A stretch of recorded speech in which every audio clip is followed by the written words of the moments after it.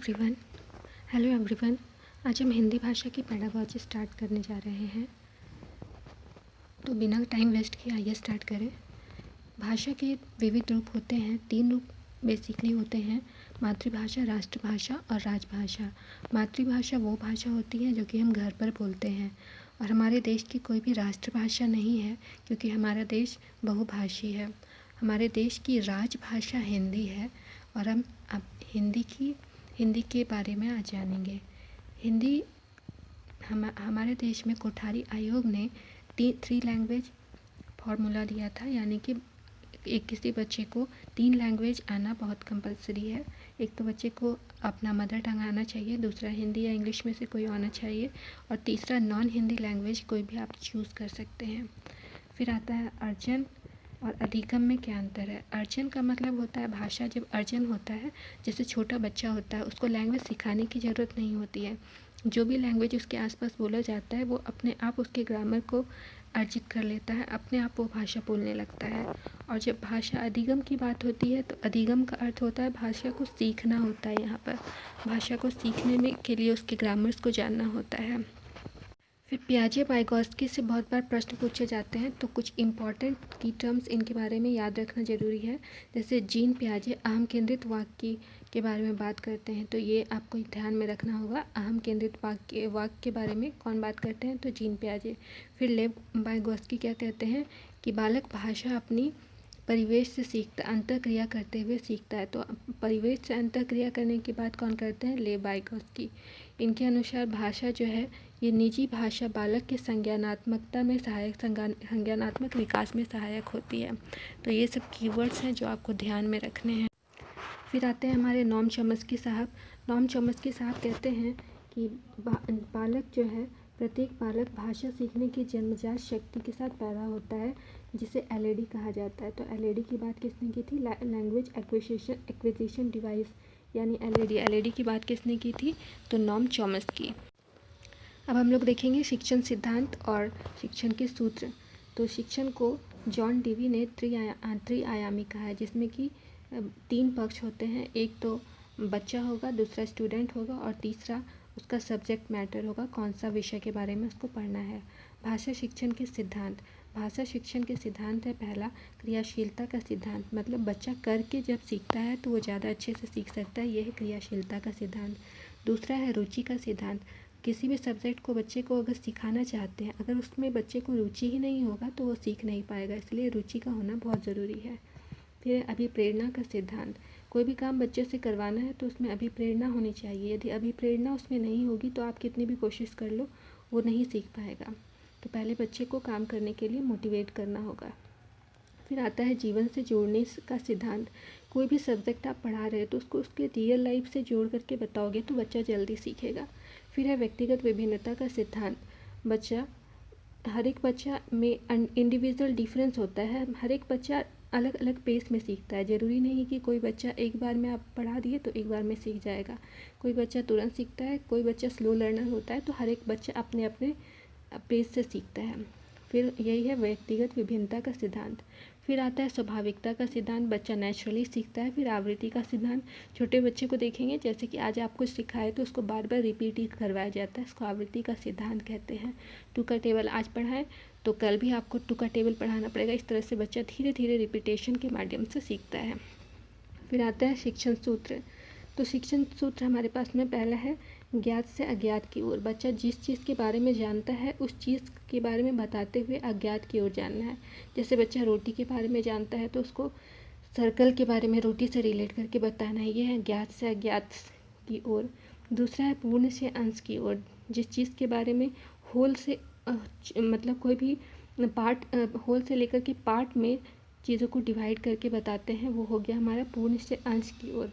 फिर है मूर्त से अमूर्त की ओर। जैसे कि अभी रोटी वाला एग्जाम्पल दिए थे, रोटी के बारे में बच्चा जानता है, ये मूर्त हो गया। सर्कल के बारे में बताया तो ये अमूर्त हो गया। तो ये हो गया मूर्त से अमूर्त की ओर। यह है शिक्षण सूत्र तीसरा। फिर है विशिष्ट से सामान्य की ओर। कुछ स्पेशल आप बतलाना चाह रहे हैं, जैसे फॉर्मूला बता रहे हैं तो फॉर्मूला को पहले आप बताएं, उसके बाद उसको जनरलाइज किए, तो ये एक सूत्र हो गया। फिर है सरल से जटिल की ओर।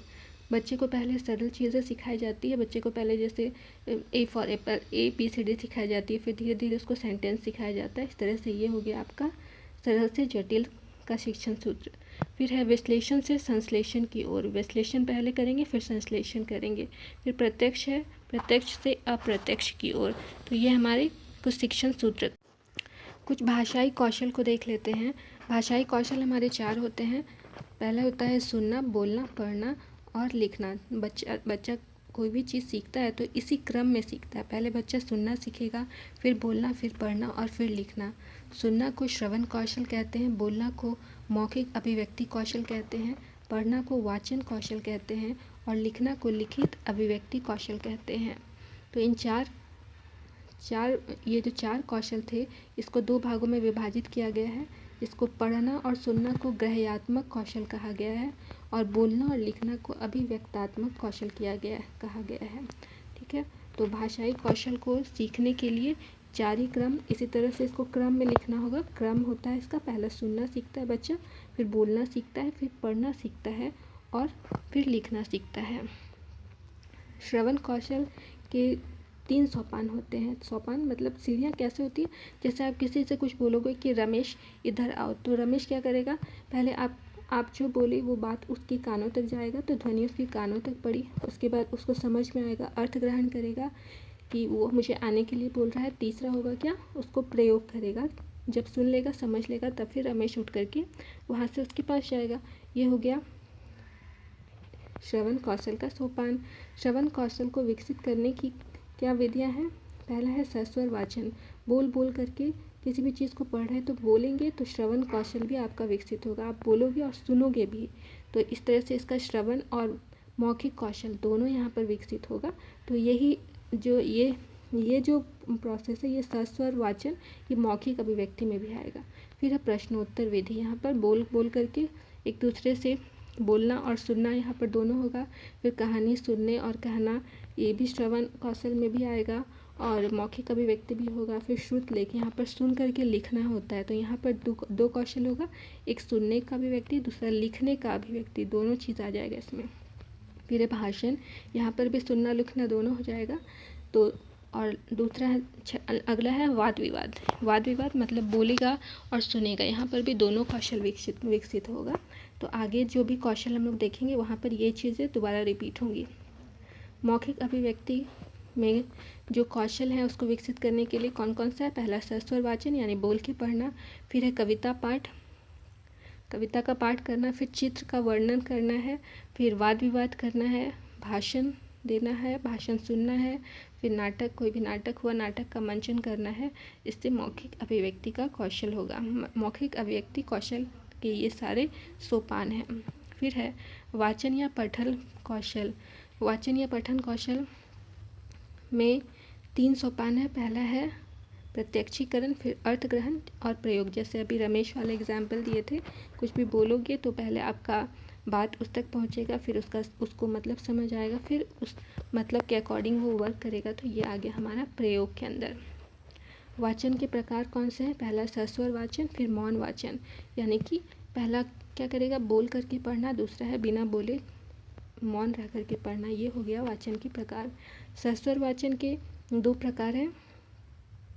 पहला है व्यक्तिगत वाचन और दूसरा है सामूहिक वाचन। या तो पर्सनली बच्चा बोल बोल करके पढ़ेगा या फिर ग्रुप में बैठ करके बोल के पढ़ेगा। फिर मौन वाचन, मौन वाचन में गहन अध्ययन होगा और दूसरा है द्रुत वाचन। वाचन शिक्षण की विधियाँ, पहला है वर्णन विधि, वर्ण विधि, फिर है शब्द विधि, वाक्य विधि, कविता विधि। ठीक है, वाचन शिक्षण की ये विधियाँ हैं। मतलब पहले क ख ग घ बच्चे को सिखाया जाता है, फिर क से कमल, क से कबूतर, ये सब सिखाया जाता है। पहला वर्ण बन गया, फिर ये शब्द बना कबूतर कमल जो हुआ, फिर वाक्य बनाएंगे कि कमल एक फ्लावर है, फूल है, इस तरह से वाक्य बन गया, फिर कविता सिखाएंगे। ये हो गया हमारा वाचन शिक्षण की विधियाँ। फिर है लिखित अभिव्यक्ति। लिखने के प्रकार हैं सुलेख, अनुलेख और श्रुत लेख। मतलब सुलेख अच्छा लिखना, अनुलेख मतलब कोई भी लिखा हुआ है वर्ड, कोई सेंटेंस पैराग्राफ लिखा है उसको जैसा है वैसा देख करके उतारना, और श्रुत लेख का मतलब होता है सुन करके लिखना। भाषाई विकार, भाषाई विकार कौन सा होता है, अफेजिया, यहाँ पे बच्चे को सुनने में परेशानी होती है। दूसरा है डिसलेक्सिया, यहाँ पर बच्चे को लिखने में परेशानी, बच्चे को मतलब जैसे कि कोई भी चीज़ हुआ तो यह मुख्य रूप से वाणी और लिखित भाषा में बच्चे को पढ़ने में कठिनाई होती है। डिसलेक्सिया में यहाँ पर पढ़ने में कठिनाई होगी और डिस्ग्राफिया में बच्चे को लिखने में परेशानी होती है। तो ये हमारे थे अभी तक के भाषाई विकार थे। अब देखते हैं भाषा को समझने के लिए हम लोग शिक्षण सामग्री का यूज़ करते हैं। शिक्षण सामग्री क्या होती है? तो किसी भी भाषा को, किसी भी पाठ को समझाने के लिए हम जिस प्रकार की सामग्री का इस्तेमाल करते हैं वह शिक्षण सामग्री कहलाती है। शिक्षण सामग्री का क्या उद्देश्य होता है? तो इससे क्या होता है, जो भी चीज़ आप पढ़ाओगे बच्चा काफ़ी इंटरेस्ट के साथ में पढ़ेगा। बच्चे को इससे क्लासरूम में बने रहने में आसानी होगी। कभी कभी क्या होता है कि बच्चा जो है क्लासरूम में बैठा तो हुआ होता है, लेकिन वो एक्चुअली मेंटली वहाँ पर प्रेजेंट नहीं होता है। फिजिकली वहाँ होता है लेकिन मेंटली नहीं होता है। तो अगर आप उपयोगी शिक्षण सामग्री का यूज़ करेंगे तो बच्चा इंटरेस्ट के साथ चीज़ों को सुनेगा, समझेगा और क्लास में बना रहेगा। शिक्षण सामग्री का महत्व क्या है? ये शिक्षण को प्रभावशाली व ज्ञान को स्थिर करते हैं। इनके उपयोग से कक्षा में निरंतरता, जो नीरसता होती है बच्चे में, वो ख़त्म हो जाती है। इनके उपयोग से जटिल और सूक्ष्म ज्ञान को सरलता से समझाया जा सकता है। इनके उपयोग से शिक्षार्थियों को अनुभव प्राप्त होता है जो ज्ञान को स्थायी बनाने में काम करता है। इससे शिक्षार्थी अधिगम की प्रक्रिया में सक्रिय रहते हैं। बोझिल नहीं लगता है बच्चे को, जो पढ़ रहा है वो बोझिल नहीं लगता है। शिक्षार्थियों की ज्ञानेंद्रियाँ, इसमें ज्ञानेंद्रियों का विकास होता है। इनके उपयोग से शिक्षार्थियों में स्वयं कार्य करने एवं आत्मनिर्भर बनने की क्षमता का विकास होता है। यह शिक्षार्थियों में उत्सुकता उत्पन्न करता है। शिक्षक सहायक सामग्री के प्रकार हैं: दृश्य सामग्री, श्रव्य सामग्री, दृश्य श्रव्य सामग्री और क्रिया सहायक सामग्री। दृश्य सामग्री क्या होती है? जिसको हम लोग देख सकते हैं, देखते हैं, खाली देख सकते हैं। जैसे श्यामपट्ट हो गया, मतलब ब्लैक बोर्ड हो गया या वाइट बोर्ड हो गया, चार्ट हो गया, फोटो हो गया, ये सब हमारा दृश्य सामग्री के अंतर्गत आता है। श्रव्य सामग्री जिसको कि हम लोग सुन करके यूज़ करते हैं, इसमें क्या हमारे पास में आएगा? रेडियो आ गया, ऑडियो जो कैसेट प्लेयर हो गया, ये सब दृश्य सामग्री में आता है। दृश्य श्रव्य सामग्री जहाँ पर हम लोग देख भी सकते हैं और सुन भी सकते हैं, वो उसमें क्या क्या आएगा? तो वीडियो प्लेयर, टेलीविज़न, प्रोजेक्टर, ये सब हमारा दृश्य श्रव्य सामग्री के अंतर्गत आता है। फिर है क्रिया सहायक सामग्री, इसके द्वारा प्राप्त ज्ञान वास्तविक होता है। क्रिया सहायक सामग्री क्या हो गया? जैसे कि हम लोग चॉक वगैरह यूज़ करते हैं, ये सब क्रिया सहायक सामग्री है। इसके द्वारा नई नई चीज़ों का अध्ययन किया जाता है। जैसे कि फील्ड ट्रिप सब हो गया, जो फील्ड ट्रिप बच्चों को करवाता है, ये सब भी क्रिया सहायक सामग्री के अंदर आता है। इससे बालकों में व्यक्तिगत अनुभव की प्राप्ति होती है। तो ये हो गया हमारा क्रिया सहायक सामग्री। फिर आता है हमारे पास में मूल्यांकन और उपचारात्मक शिक्षण। मूल्यांकन का मतलब क्या होता है? मूल्यांकन वह प्रक्रिया है जिसके द्वारा अधिगम की उपलब्धि का पता लगाया जाता है। बच्चा कितना सीखा नहीं सीखा, इसके बारे में पता लगाना मूल्यांकन कहलाता है। मूल्यांकन के क्या क्या उद्देश्य हैं? पहला है छात्रों की उपलब्धि का पता लगाना। दूसरा है छात्रों के विकास को निरंतर गति देना। तीसरा है छात्रों की योग्यताओं, कुशलताओं, रुचियों आदि का पता लगाना। फिर है छात्रों की कठिनाइयों, विफलताओं और असफलताओं का पता लगाना। फिर है अध्ययन अध्यापन को प्रभावशाली बनाना। फिर है सतत और व्यापक मूल्यांकन, कॉन्टिन्यूअस एंड कॉम्प्रिहेंसिव इवैल्यूएशन क्या होता है? तो शिक्षार्थी का सतत मूल्यांकन 3 प्रकार से होता है। पहला है निदानात्मक मूल्यांकन, यानी कि पहले रिमीडियल टीचिंग होता है, मतलब पता लगाना होता है। निदानात्मक मतलब यहाँ पे बच्चे को पता लगाना होता है क्या समस्या है, कोई भी चीज़ में परेशानी उसको हो रही है, नहीं होमवर्क कर पा रहा है तो क्यों नहीं कर पा रहा है, इसका पता लगाना निदानात्मक मूल्यांकन होता है। फिर आता है रचनात्मक मूल्यांकन, फॉर्मेटिव असेसमेंट, और लास्ट आता है संकल्पनात्मक मूल्यांकन, समेटिव असेसमेंट। ठीक है, तो अब नेक्स्ट है मूल्यांकन और मापन में अंतर। मूल्यांकन और मापन में क्या अंतर है हमारे पास में? मूल्यांकन का क्षेत्र व्यापक होता है, ये एंड ऑफ द टर्म में होता है, जबकि मापन किसी एक गुण के बारे में होता है। जैसे कोई बच्चा स्पीच अच्छा दे सकता है, कोई बच्चा क्लास को कंट्रोल अच्छा कर सकता है। तो ये सब चीज़ें जो हमारी आती है ये मापन के अंतर्गत आती है। मापन में क्या होता है, बच्चे को ग्रेड्स दिए जाते हैं, जबकि मूल्यांकन में बच्चे को अंक दिए जाते हैं। मूल्यांकन से बच्चे को ग्रेड भी दिया जा सकता है मूल्यांकन से, जबकि यहाँ पर जैसे फर्स्ट सेकंड थर्ड बच्चा क्लास में आया है तो इसको मूल्यांकन कहते हैं, और मूल्यांकन में बच्चे को मार्क्स दिए जाते हैं। ठीक है, ये हमारा हो गया मूल्यांकन और मापन में अंतर। फिर आता है सतत एवं व्यापक मूल्यांकन, कॉन्टिन्यूअस एंड कॉम्प्रिहेंसिव इवैल्यूएशन। यहाँ पर क्या होता है, शैक्षिक एवं गैर शैक्षिक दोनों पक्षों का मूल्यांकन होता है। बच्चा क्या सीख रहा है, मतलब करिकुलर और को करिकुलर एक्टिविटीज़ दोनों के बारे में यहाँ पर पता लगाया जाता है। फिर है शिक्षार्थियों की कमजोरी को पहचान कर उसका निदान किया जाता है। बताए क्या परेशानी है, बच्चा अगर कहीं किसी फील्ड में कमज़ोर हो रहा है तो क्यों हो रहा है, उसका पता लगाकर उसके जो भी रेमेडी होती है उसको ठीक करने का प्रयत्न किया जाता है। फिर है उपलब्धि स्तर को निरंतर बनाए रखने व ऊंचा उठाए रखने के लिए प्रेरित करता है।